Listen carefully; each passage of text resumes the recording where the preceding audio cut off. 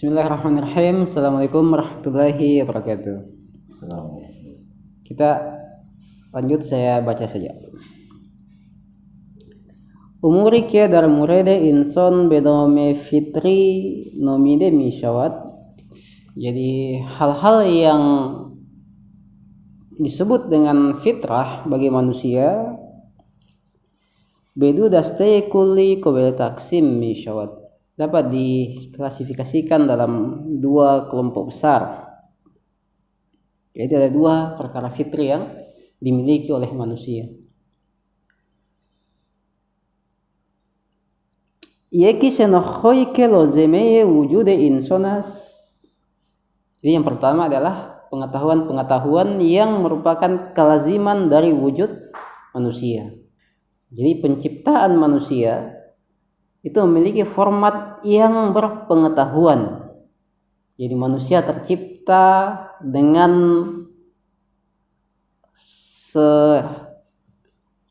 jadi ada beberapa pengetahuan yang mengikuti penciptaan manusia. Jadi pengetahuan-pengetahuan tersebut merupakan kelaziman dari wujud manusia. Karena kelaziman, maka dia tidak akan terpisah dari manusia. Makanya kalau dikatakan manusia tercipta tanpa pengetahuan, kan ada biasa itu kita dengar itu, misalnya konsep tabula rasanya John Locke misalnya. Di Quran juga seperti itu, manusia terlahir tanpa pengetahuan, itu harus dimaknai dengan baik. Apa maksudnya tanpa pengetahuan? Sementara di sini dikatakan bahwa ada pengetahuan yang merupakan kelaziman dari wujud manusia sebagai hal fitrah baginya. Misalnya nanti di sini pengetahuan tentang ketuhanan. Bahwa setiap manusia mengetahui Tuhan. Itu yang pertama. Yang kedua adalah pengetahuan badihi. Jadi pengetahuan huduri yang pertama, yang kedua pengetahuan badihi. Pengetahuan badihi merupakan pengetahuan usuli. Jadi ada pengetahuan huduri dan ada pengetahuan husuli yang bersifat badihi. Semua pengetahuan itu merupakan pengetahuan yang merupakan kelaziman dari wujud manusia, mengikuti penciptaan manusia. Adapun pengetahuan yang kosong dari penciptaan manusia adalah pengetahuan spekulatif atau pengetahuan nazari. Nah, pengetahuan inilah yang kemudian kita kejar, kita tuntut dalam kehidupan, dalam proses belajar mengajar, dengan bekal pengetahuan huduri dan dengan bekal pengetahuan husuli aksiomatik badihi. Makanya para logikawan, para filosof bisa mengatakan seperti ini. Sebagaimana berdagang itu butuh pada modal awal, maka berpikir juga butuh pada modal awal, dan modal awal berpikir adalah pengetahuan badihi. Itu yang pertama, perkara fitrah. Wadigari mailho wageroishoike muktazoye o farineshe weimi boshat. Yang kedua adalah kecenderungan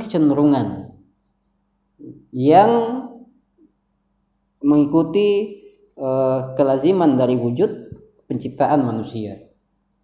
Jadi walaupun misalnya manusia tercipta dengan potensi kebaikan dan keburukan, tapi manusia lebih cenderung pada kebaikan, lebih cenderung pada kesempurnaan, lebih cenderung pada keindahan, pada kebenaran dan semacamnya, pada keadilan dan semacamnya. Itu disebut dengan kecenderungan. Jadi ada kecenderungan memang yang merupakan fitrah bagi manusia. Cenderung mencintai kebaikan dan cenderung membenci keburukan. Walaupun sering melakukan keburukan, tetapi bukan berarti bahwa fitrahnya seperti itu. Fitrahnya cenderung pada keburukan. Manusia melakukan kejahatan, keburukan. Kenapa? Karena memang berpotensi melakukan kejahatan, berpotensi melakukan keburukan. Kan tetapi itu tidak sesuai dengan fitrahnya yang cenderung pada kebaikan, cenderung pada kebenaran. Maka yang dikatakan ini melanggar fitrah. Melanggar fitrah yang apa? Yang tidak sesuai dengan kecenderungannya. Itu. Itu yang kedua. Jadi pengetahuan dan kecenderungan. Darmurayde khudoya muta'al berkaitan dengan Tuhan, gohi guftemi syawat ke khudo shenosi amri fitris ke askes me awal az umure fitri mahsub mi syawat. Berkaitan dengan Tuhan, mengenal Tuhan merupakan perkara fitri yang jenis pertama tadi itu. Jenis pertama ini kefitrahan pengetahuan. Jadi mengenal Tuhan itu merupakan fitrah. Nanti dijelaskan mengapa bisa itu.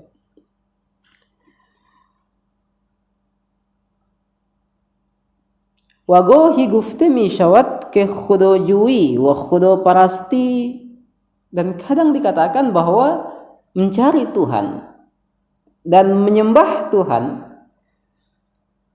itu merupakan muqtazoye fitrate sesuai dengan kecenderungan manusia. Ke askabile kesmedum beshumor mirawat. Jadi kadang juga selain mengetahui Tuhan, kadang mencari Tuhan dan menyembah Tuhan itu juga merupakan kecenderungan manusia, kecenderungan wujud manusia.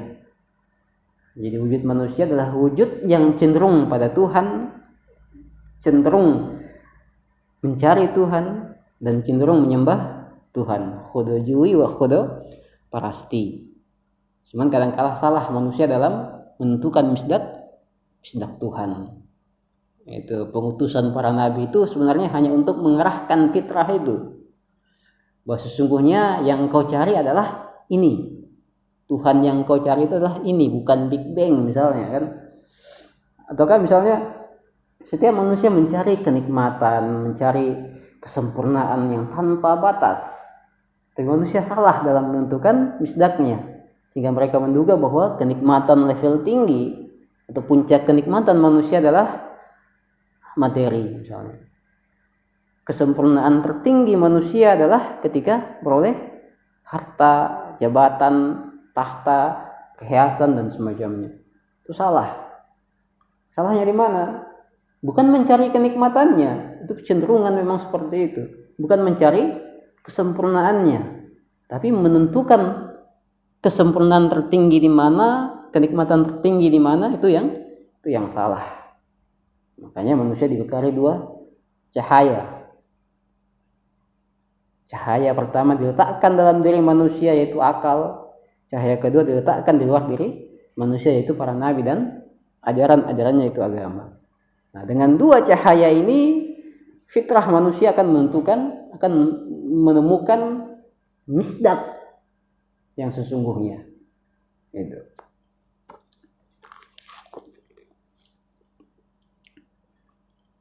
Wadar injo suhan as-syenokhte hudos. Dalam buku ini kita akan menjelaskan tentang fitrah yang jenis pertama, yaitu mengenal Tuhan. Bukan yang kecenderungan. Manzur as-syenokhte fitriyah khudo yo ilme huzuris. Apa yang dimaksud dengan kefitrahan mengenal Tuhan? Pengetahuan memiliki dua jenis sebagaimana yang kita bahas dalam epistemologi.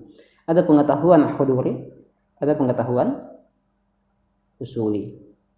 Nah, kefitrahan mengenal Tuhan bisa dijelaskan dengan dua pendekatan ini. Pengetahuan huduri atau pengetahuan usuli. Kalau pengetahuan usuli yang mana? Itu nanti dijelaskan. Dia jelaskan dulu tentang ilmu hudurinya. Manzur as-syenokhte fitriyah khudo yo ilme huduris, yang dimaksud dengan kefitrahan mengenal Tuhan boleh jadi atau biasa disebut dengan ilmu huduri kemartabai azon darhameye inson ho wujud dorat, di mana setiap manusia memiliki level dari pengetahuan huduri tentang Tuhan.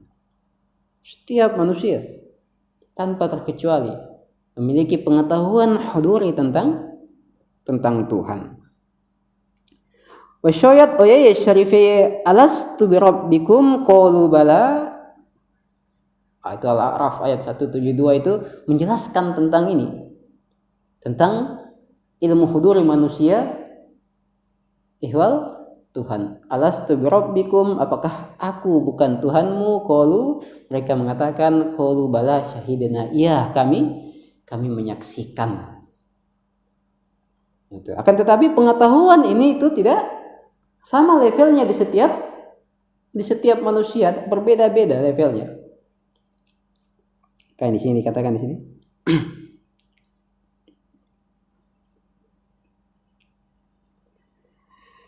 Wacinon ke dardarse cehelunuhum, sebagaimana yang dikatakan di pelajaran 49, di pelajaran sebelumnya ini, di pelajaran di daras kausalitas sepertinya.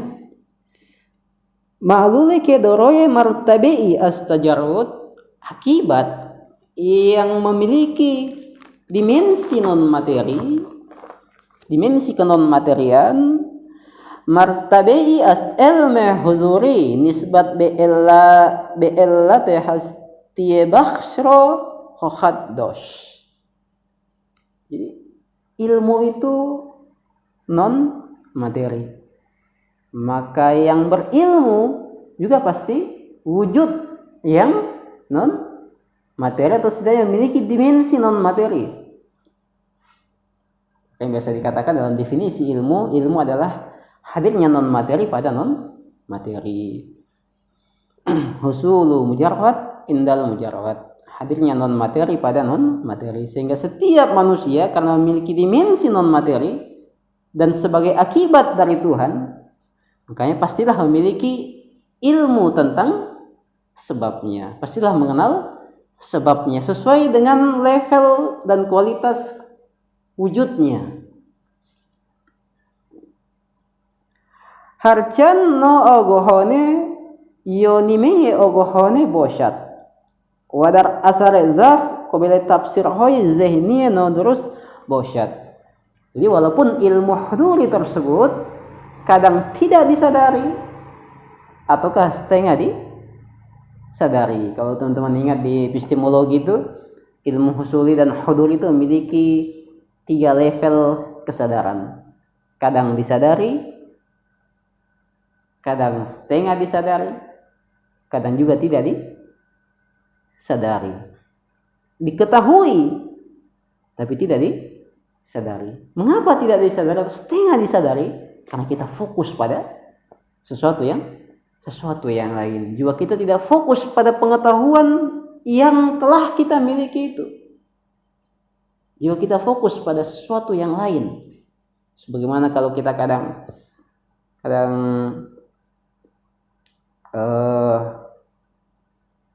sakit atau kadang lapar misalnya. Kadang kita tidak peduli rasa lapar itu. Coba perhatikan anak-anak kecil itu kalau lagi main asik-asiknya tengah panas, mereka nggak peduli pada mungkin rasa lapar yang ada pada yang dialaminya, ataukah rasa sakit yang melukai fisiknya, ataukah rasa panas yang menyengat kulitnya. Itu kan ada semua itu, tapi tidak disadari. Mengapa? Karena jiwa kita fokus pada sesuatu yang lain. Nah, ilmu huduri tentang Tuhan juga seperti itu. Sesuai dengan ayat ini bahwa dan sesuai dengan prinsip setiap yang non materi, akibat yang memiliki dimensi non materi pastilah memiliki pengetahuan tentang sebabnya sesuai dengan level darinya. Tetapi kadang pengetahuan ini tidak disadari karena kelalaian jiwa. Nah, apa yang melalaikan jiwa dan bagaimana agar pengetahuan huduri yang telah kita miliki itu, bisa tegaskan lagi, yang telah kita miliki, bukan yang akan kita peroleh, tapi sesuatu yang ada tapi kita lalaikan. Bagaimana kita agar fokus ke situ? Itu kita akan jelaskan pada pertemuan selanjutnya. Billahi taufiq wal hidayah. Assalamualaikum warahmatullahi wabarakatuh.